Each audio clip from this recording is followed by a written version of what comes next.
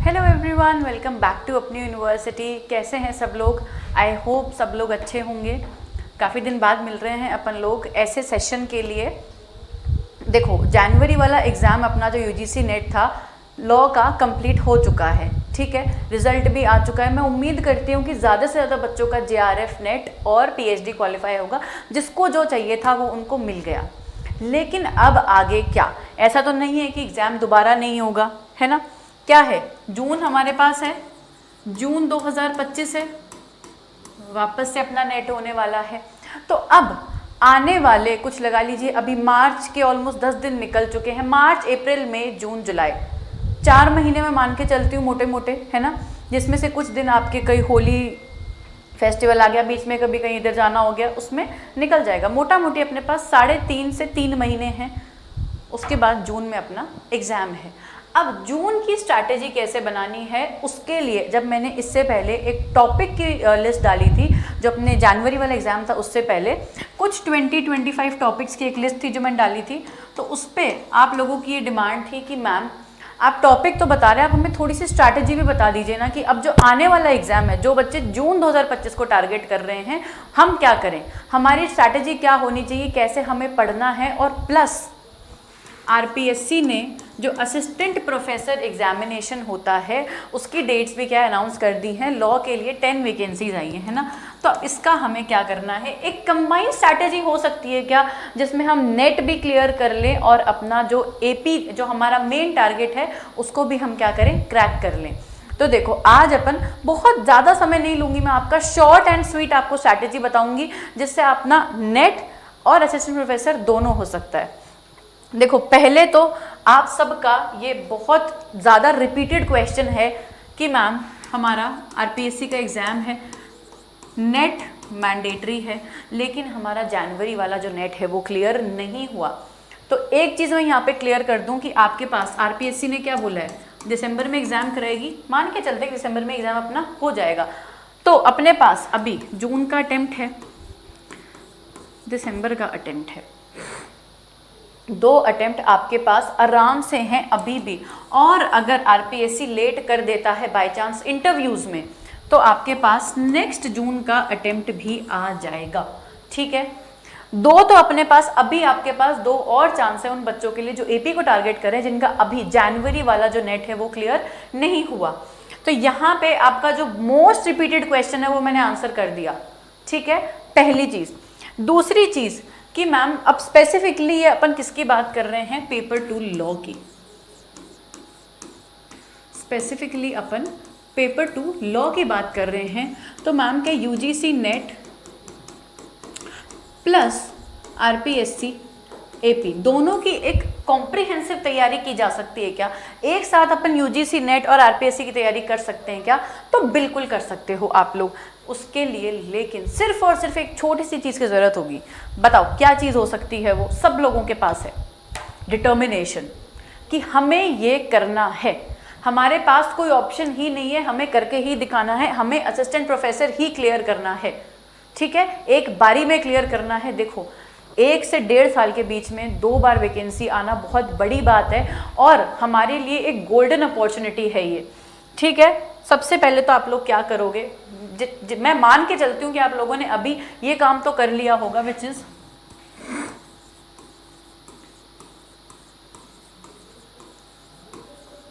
Syllabus analyse. अपने पास UGC net में total कितनी यूनिट्स हैं? 10 यूनिट्स हैं प्लस पेपर 1, ठीक है। आरपीएससी की अगर अपन बात करें, कितनी यूनिट्स अपने पास? यही 10 यूनिट हैं, इसमें 5-5 में डिवाइडेड हैं, टोटल वही 10 यूनिट्स हैं इसके पास, प्लस यहाँ पे जीके, एक ये यहाँ पे, एक ये यहाँ पे, बाकी अपने पास सब सेम है, ऑलमोस्ट सब अपने पास सेम है। यहाँ पे अपन 1-2 सब्जेक्ट क्या कर सकते हैं, ऊपर नीचे कर सकते हैं, जैसे कि टीपीए यहाँ पे ऐड हो रहा है, यहाँ पे कंपैरेटिव है, यहाँ पे कंपैरेटिव नहीं है, ठीक है। उसके बाद अगर अपन बात करें इन्वायरमेंट लॉ में दोनों एक्ट यहाँ पे आ रहे हैं, यहाँ पे सिर्फ इन्वायरमेंट प्रोटेक्शन एक्ट है। अगर अपन बात करें बाकी के जो इन्वायरमेंट एक्ट हैं उससे क्वेश्चन बहुत कम पूछे जाते हैं, ऐसा नहीं ये पूछे नहीं जाते, कभी कभी पूछे भी जाते हैं, बट यहाँ पे एक्ट जो है वो तीनों चारों हैं, स्पेसिफिकली बेर एक्ट बेस्ड क्वेश्चन आते हैं। ऑल इन ऑल अगर अपन बोलें तो दोनों का सिलेबस जो है, क्या मैम एकदम इधर और इधर है? नहीं, दोनों का सिलेबस क्या है, सिंक्रोनाइज तो है, अपन कह सकते हैं कि दोनों का सिलेबस क्या है, सिंक्रोनाइज्ड है। तो पहली चीज तो ये हो गई। अब हमारी स्ट्रैटेजी क्या होनी चाहिए? देखो सबसे पहले तो आपको फोकस करना है, अगर आप दोनों में से किसी भी एक पे फोकस कर लोगे, क्योंकि दोनों one and the same thing है, तो आपका ये भी निकल जाएगा, आपका ये भी निकल जाएगा। और मैं दोनों की ही स्ट्रैटेजी आपको आज बता रही हूँ कॉम्प्रिहेंसिव तरीके से। पहली बात, कितनी कट ऑफ जाती है? अब आपको अगर मैं बताऊं कि इस साल उतनी गई, इस साल उतनी गई, वो अलग अलग डिपेंडिंग अपॉन कि कैसा अपना एग्जाम हुआ है, पेपर 1 कैसा आया था, पेपर 2 कैसा आया था, उस पर डिपेंड करता है अपना, ठीक है। लेकिन अगर अपन एक नंबर लेके चलना है अपन को, तो अपन क्या लेके चलें? और मैं ये नेट की बात कर रही हूँ, है ना। कट ऑफ अगर अपन माने तो कितनी है? 215 से 220 में एक रफ आइडिया लेके चल सकती हूँ। देखो 220 से ऊपर भी जा सकती है, 215 से बहुत कम भी रह सकती है, ऐसा नहीं है। बट एक ये अगर अपन को एवरेज मान के चलना है तो अपना क्या है, 215 से 220 अपनी क्या रह रही है, ये कट ऑफ रह रही है। इसके लिए अब अपन को 2 पेपर हैं अपने पास, पेपर 1 एंड पेपर 2। पेपर 1 के लिए ऑलरेडी शिव सर ने, सिमरन मैम ने यूट्यूब पे अपनी यूनिवर्सिटी के चैनल पे बहुत सारे वीडियोस बना रखे हैं, और हर एजुकेटर आपको अपनी यूनिवर्सिटी का यही कहता है कि जेआरएफ के लिए अगर आपका टारगेट जेआरएफ है तो आपको कितना स्कोर करना पड़ेगा, कम से कम भी आपको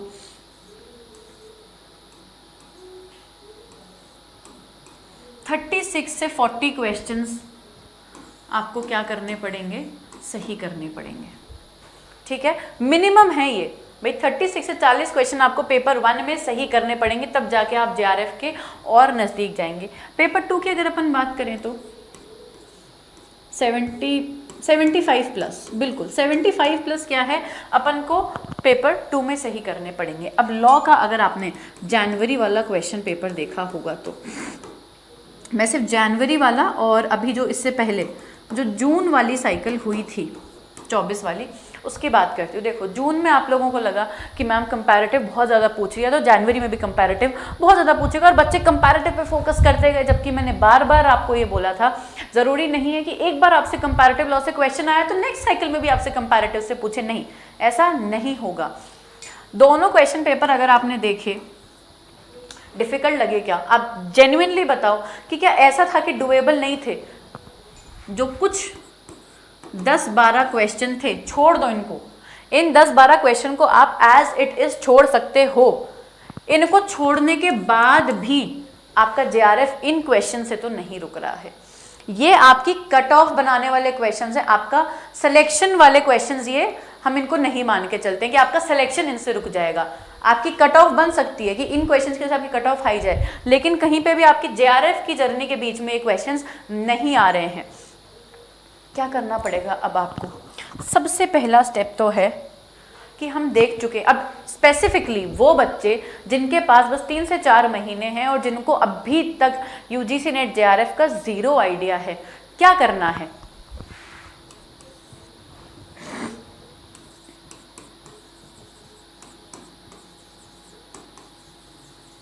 एग्जाम पैटर्न, शांति से क्वेश्चन पेपर निकालो, उठा के सॉल्व करने की ज़रूरत ही नहीं है, सिर्फ हमें क्वेश्चन पेपर एनालाइज करना है, देखना है कि क्या पैटर्न आ रहा है। पैटर्न देख लिया हम लोगों ने कि अच्छा यहाँ से ये क्वेश्चंस पूछ रहे हैं, यहाँ से ये क्वेश्चन पूछ रहे हैं, यूनिट वाइज आपको देखना है कि किस किस लेवल के क्वेश्चंस आ रहे हैं। सॉल्व नहीं करने, हमें टॉपिक पता चल जाएंगे, हमें दिख जाएगा कि क्या लेवल पूछा जा रहा है, हमें आइडिया आ चुका है।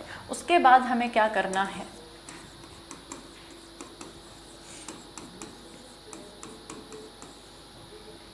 List of topics. देखो कोई भी एजुकेटर आपको कितनी भी लिस्ट बना के दे ले इंपॉर्टेंट टॉपिक्स की, अगर किसी को जूरिस्प्रूडेंस नहीं पसंद है तो वो जूरिस्प्रूडेंस स्किप करके ही जाएगा, या फिर किसी को पब्लिक इंटरनेशनल लॉ पसंद नहीं है तो वो जो चैप्टर है या उसका कोई टॉपिक है तो वो स्किप करके ही जाएगा।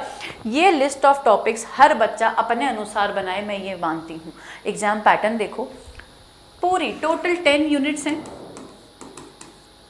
देखो आपकी कौन सी फेवरेट है। अच्छा, आपको कॉन्स्टिट्यूशन पसंद है, मैं ये कुछ मेन लिख देती हूँ, है ना। आईपीसी पसंद है, टॉर्ट्स पसंद है, कॉन्ट्रैक्ट पसंद है, इसमें कुछ आपके फेवरेट टॉपिक्स होंगे, किसी को पीआईएल पसंद होगा, है ना।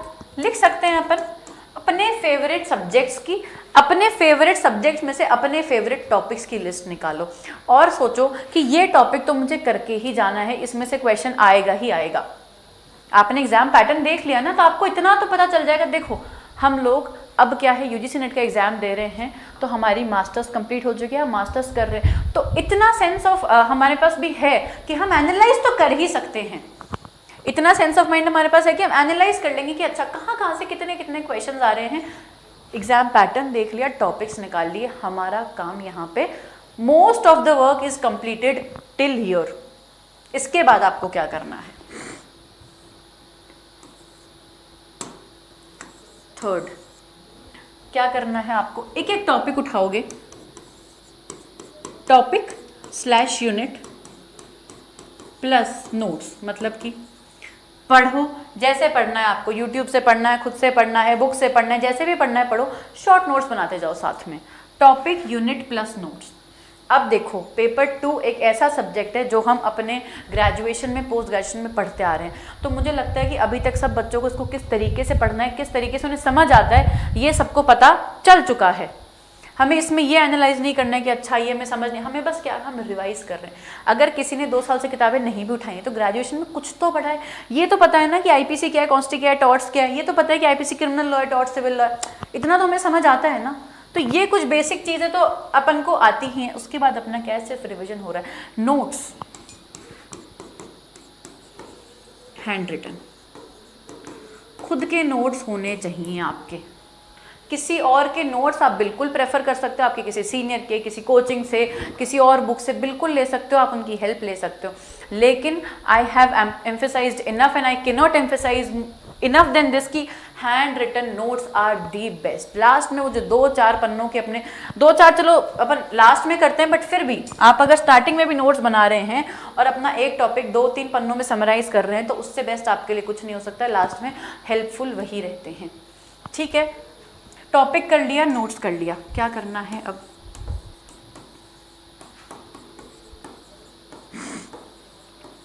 मोस्ट रिपीटेड PYQs उठाओ। कोई भी यूथ कंपटीशन की बुक आती है अपनी, बाकी मार्केट में इतनी सारी MCQs की बुक अवेलेबल है, जुडिशरी की MCQs की बुक अवेलेबल है, कोई भी बुक आप उठा सकते हो। अगर बुक नहीं उठानी है तो उससे सबसे बेस्ट आपको बताऊं क्या है, UGC की साइट पे जाओ, NTA की साइट पे जाओ, जितने भी लॉ के अभी तक पुराने नेट के जितने भी क्वेश्चन पेपर्स आए उठाओ, सारे question paper previous year questions क्या हैं जो रिपीट हुए हैं, बार बार आए हैं, हर एक सेशन में बार आते गए, रिपीट ही तो करने हैं हमें किसी बुक की जरूरत ही नहीं है। 2019 से शुरू हो जाओ, ठीक है, 2019 से लेके 2025 तक जितने भी क्वेश्चंस आए कर डालो। इसके बाद भी अगर आप में कुछ बच्चे होते हैं जिनको ओवर अचीवर्स जिन्हें हम कहते हैं, उनको इसके बाद भी उनको चाहिए कि हमें और क्वेश्चंस करने हैं,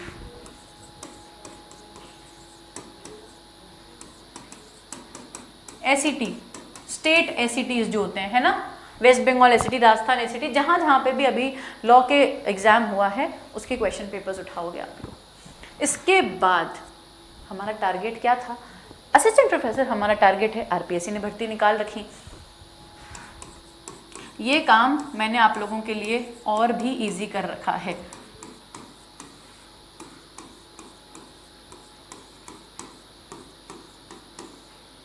ईयर वाइज मैं आपको यूनिट वाइज क्वेश्चंस करा रही हूँ विद टॉपिक डिस्कशन, ठीक है।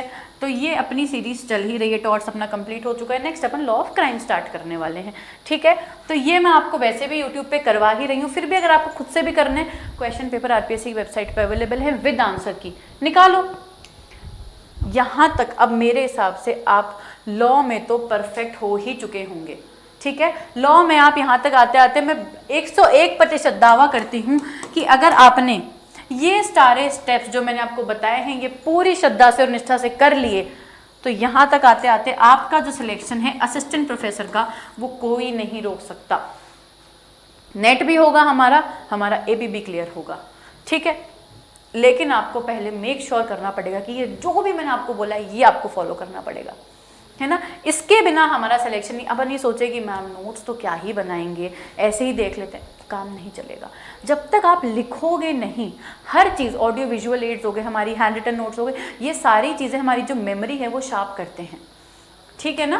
तो ये यहाँ तक आते आते फिर आप ये मान के चलो कि आपका सिलेक्शन जो है वो 100, फिर भी आपका नहीं हो तो आप मुझे कंप्लेंट कर सकते हो और मैं आपको बता दूंगी कि आप ही की कहीं ना कहीं कमी रही होगी। फिर आते हैं, अब आप बोलोगे कि ma'am paper 1 number of hours देखो कभी इंपॉर्टेंट नहीं होते हैं। आप दिन में 6 घंटे पढ़ रहे हो, अगर 6 आवर्स अगर आप पढ़ रहे हो तो आप कम से कम 1.5 घंटा पेपर 1 को दो, जब तक आपका जून वाला अटेम्प्ट नहीं हो जाता है, ठीक है। जून वाले अटेम्प्ट तक आप क्या करो, 1.5 घंटा अपने पेपर 1 को दो। और जो बच्चे जिनका अभी नेट क्लियर नहीं हुआ और वो दोनों चीज़ों की तैयारी कर रहे हैं, मैं मानती हूँ कि आप ये 1.5 घंटा जो है जीके को दो, ठीक है। 3 घंटे हमने क्या किए, पेपर 1 को दे दिए और जीके को दे दिए।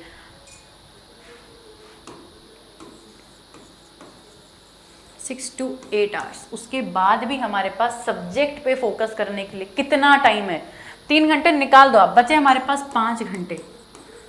आप एक बात बताओ, आप जो सब्जेक्ट इतने टाइम से पढ़ते आ रहे हो उसका 5 घंटे दिन में और पढ़ोगे तो क्या जेआरएफ या असिस्टेंट प्रोफेसर नहीं होगा? बिल्कुल होगा, मान ही नहीं सकती कि मैं नहीं होगा, ठीक है ना। आपने कोचिंग ले रखी है, आप सेल्फ स्टडी करो, जैसे भी कर रहे हो, रामबाण है ये स्ट्रैटेजी। अब वही बात है कि सब देखो, सब अलग अलग कैटेगरी के लोग हैं, कोई वर्किंग प्रोफेशनल्स है, कोई घर से रह के तैयारी कर रहे हैं, तो ये नंबर ऑफ आवर्स मैं आपको नहीं बता सकती। कोई आधे घंटे में भी पेपर 1 अच्छे से कर लेता है और किसी को 2 घंटे चाहिए होते हैं पेपर 1 के लिए। सबका अपना अपना अलग है, ये आपको अपने हिसाब से फिगर आउट करना पड़ेगा कि आपको कहाँ टाइम ज़्यादा डिवोट। किसी का जीके बहुत अच्छा है तो उनको इस पर कम टाइम डिवोट करना पड़ेगा, है ना। वो आप अपने हिसाब से एडजस्ट कर सकते हो। ये हुई उन बच्चों की बात जिनको सेल्फ स्टडी करनी है, जिनको स्ट्रैटेजी चाहिए। अब कुछ ऐसे बच्चे आते हैं जिनको ऐसे है कि मैम 3 महीने बचे हैं, हमें इस झंझट में पढ़ना ही नहीं है, हमें तो आप ये बताओ कि क्या कोई कोर्स है हमारे पास, आपके पास कुछ अवेलेबल है, कुछ आप हमारी हेल्प कर सकते हो, है ना। तो अपना देखो, पेपर 1 का प्रतिज्ञा बैच जो है, फाउंडेशन बैच जून 2025 के लिए, वो ऑलरेडी इंग्लिश हिंदी मीडियम में स्टार्ट हो चुका है। आपको complete hand written notes with complete syllabus coverage, test series, bilingual notes, सब कुछ मिलेगा। ये जो है अपना ऑनलाइन प्लस ऑफलाइन बैच है, ठीक है। ये किसका है? स्पेसिफिकली पेपर 1 का। अपने पास पेपर 2 का मेरा जो लॉ क्विज बैच है, बाइलिंगुअल है, ठीक है। लाइव प्लस रिकॉर्डेड क्लासेस हैं जो आपको मिलेंगी, कंप्लीट नोट्स हैं, पैनल पीडीएफ है जो आपको मिलेगी, टेस्ट सीरीज हैं, ठीक है। ये भी अपना स्टार्ट है। इसके बाद अगर आपको कोई भी क्वेरी है तो आप अपनी यूनिवर्सिटी का जो यूट्यूब चैनल है उस पर जितने भी वीडियोज़ हैं उनको देख सकते हैं। कोई हेल्पफुल और आपको मटेरियल, अपनी मैराथन है पेपर 1 के लिए, वो सब अवेलेबल है, ठीक है। टेलीग्राम अपना ये है, और कोई दिक्कत हो तो आप इन नंबर पे कांटेक्ट कर सकते हैं। सुनील सर का एक और इम्पॉर्टेंट बात, सुनील सर का जीके का सक्सेस बैच है, वो भी क्या है, ऑनलाइन प्लस ऑफलाइन अवेलेबल है for specifically RPSC assistant professor GK. तो अगर आप चाहते हैं कि आपको जीके पढ़ना है तो भी आप इन नंबर पे कांटेक्ट करके टीम से कनेक्ट कर सकते हैं, और ज़्यादा इन्फॉर्मेशन के लिए आप अपनी यूनिवर्सिटी का जो ऐप है वो भी डाउनलोड कर सकते हैं, ठीक है। अब इसके अलावा एक इम्पॉर्टेंट आपके लिए खबर है जो कि मैं आपको 1 मिनट दीजिए, मैं बताती हूँ।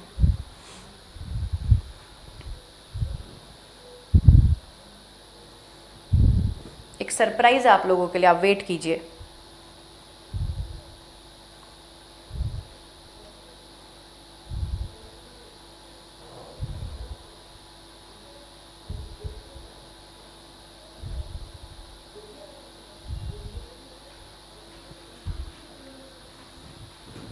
अब क्योंकि कोई फेस्टिवल है और सरप्राइज ना हो, ऐसा तो हो नहीं सकता, है ना। हर फेस्टिवल पे अपनी यूनिवर्सिटी की टीम आपके लिए कुछ ना कुछ स्पेशल लेके आती है, तो अभी भी हमने यही किया है ना। देखो, स्पेशल ये है अपने पास कि होली है। अब होली का त्योहार हो और कोई ऑफ ना मिले अपन को, ऐसा कैसे हो सकता है? तो अपनी यूनिवर्सिटी के सभी कोर्सेज पे 10 मार्च से लेके 15 मार्च तक होली 20 अपना जो कूपन कोड है होली 20 आप अप्लाई करके जितने भी कोर्सेज हैं, बुक्स हैं, टेस्ट सीरीज हैं, सब पे आपको मेगा 20% ऑफ। इससे ज़्यादा क्या चाहिए? एक बात बताओ, 3 महीने हैं, तैयारी करनी है, ऑफ में भी आपको जितनी भी चीज़ें वो मिल रही हैं, सारी टेस्ट सीरीज, बुक्स हैं, कोर्सेज हैं, सब पे आपको 10th to 15th मार्च होली का ये ऑफर है। कूपन कोड अपना Holi 20 all in capital without space, mega offer है। इसके अलावा अपनी यूनिवर्सिटी की टीम की तरफ से आप सभी को a very very happy Holi, है ना। कुछ दिन हैं, 3 महीने 4 महीने जितने भी हैं, अगर कोई फेस्टिवल है उसको भी हमें खुल के एंजॉय करना चाहिए, है ना। अब फेस्टिवल्स क्या हैं, वापस अब रिजुविनेट कर देते हैं हमारे को। जितने फेस्टिवल है उतने फेस्टिवल एंजॉय करो, फिर वापस से एकदम जी जान लगा दो JRF के लिए, है ना। फिर भी अगर आपको कूपन कोड में कोई प्रॉब्लम हो तो आप इन्हीं नंबर्स पे कांटेक्ट कर सकते हैं, ठीक है। Wish you again a very very happy Holi. चलिए, थैंक यू।